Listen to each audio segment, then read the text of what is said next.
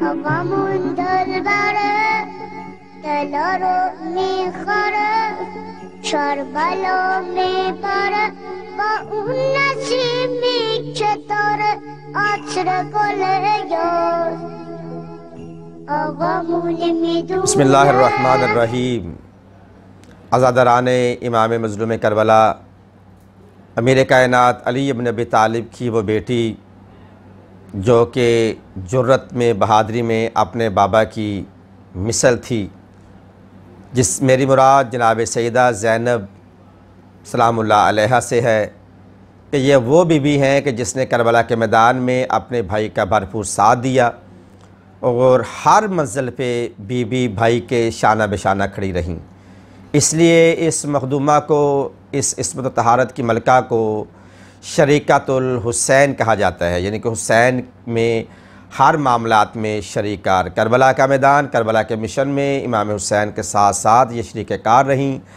दो मिशन थे करबला के, और एक करबला से शाम और कूफ़ा। वो करबला का मैदान था, वो इमाम हुसैन अलैहिस्सलाम ने सर किया, और कूफ़ा शाम अली की बेटी ने उसे सर किया। इसीलिए बीबी को फ़ातिह शाम भी कहा जाता है। अब बीबी का मदफन है शाम की सरज़मीन पर। अली की बेटी की आज भी हुक्मरानी है, जहाँ पर हुसैन इब्ने अली को झुकाने के लिए एक हुकूमत कायम हुई, मौला अली को झुकाने के लिए और जनाब इमाम हसन को झुकाने के लिए।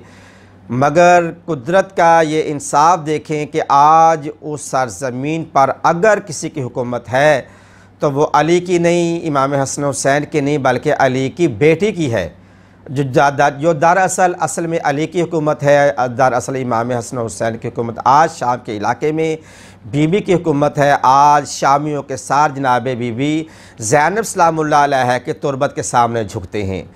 ये वो बीबी है कि जब करबला के मैदान से शाम में, शाम का ज़िंदान साल की क़ैद गुजार कर वापस मदीने गई, तो मदीने में जाके मेरी बीबी ने एक इनक़िलाब बर्पा किया यज़ीद और यज़ीद की हुकूमत के ख़िलाफ़, कि वहाँ पे जो हालात व वाक़यात ये सारे अरसे में करबला और शाम में रूनमा हुए, बीबी ने वो सारे हालात व वाक़यात मदीना में मुसलमानों तक पहुँचाए और एक इनक़िलाब बर्पा किया।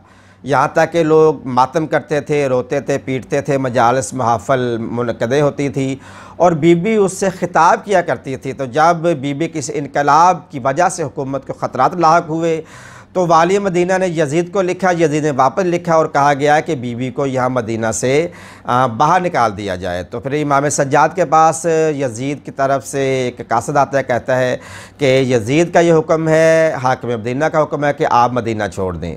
तो इमाम ज़मान जनाब इमाम सज्जाद अलैहिस्सलाम ने फुप्पी से मशवरा किया।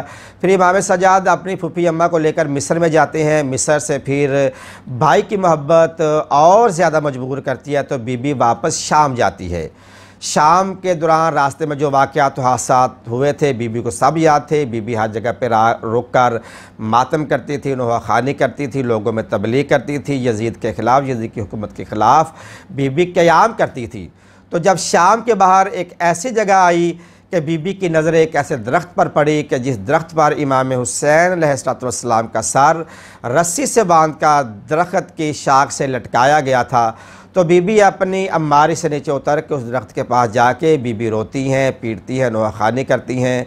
तो साथ ही में एक शामी ज़िम्मेदार था, वो काफ़िले वालों से पूछता है, ये जो बीबी बैन कर रही है, नोहाखानी कर रही है, आहो बका कर रही है, रो पीट रही है, बीबी कौन है?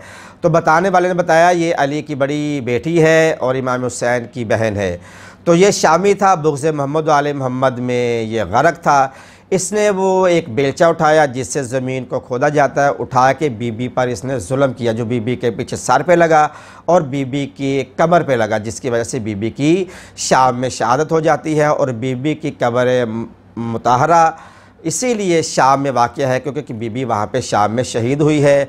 आज बीबी की कब्र पे हज़ारों लाखों लोग बीबी की कब्र की ज़ियारत के लिए जाते हैं और अपने आप को ग़ुलामान मोहम्मद व आले मोहम्मद में पेश करके बीबी के साथ वफ़ादारी का सबूत पेश करते हैं।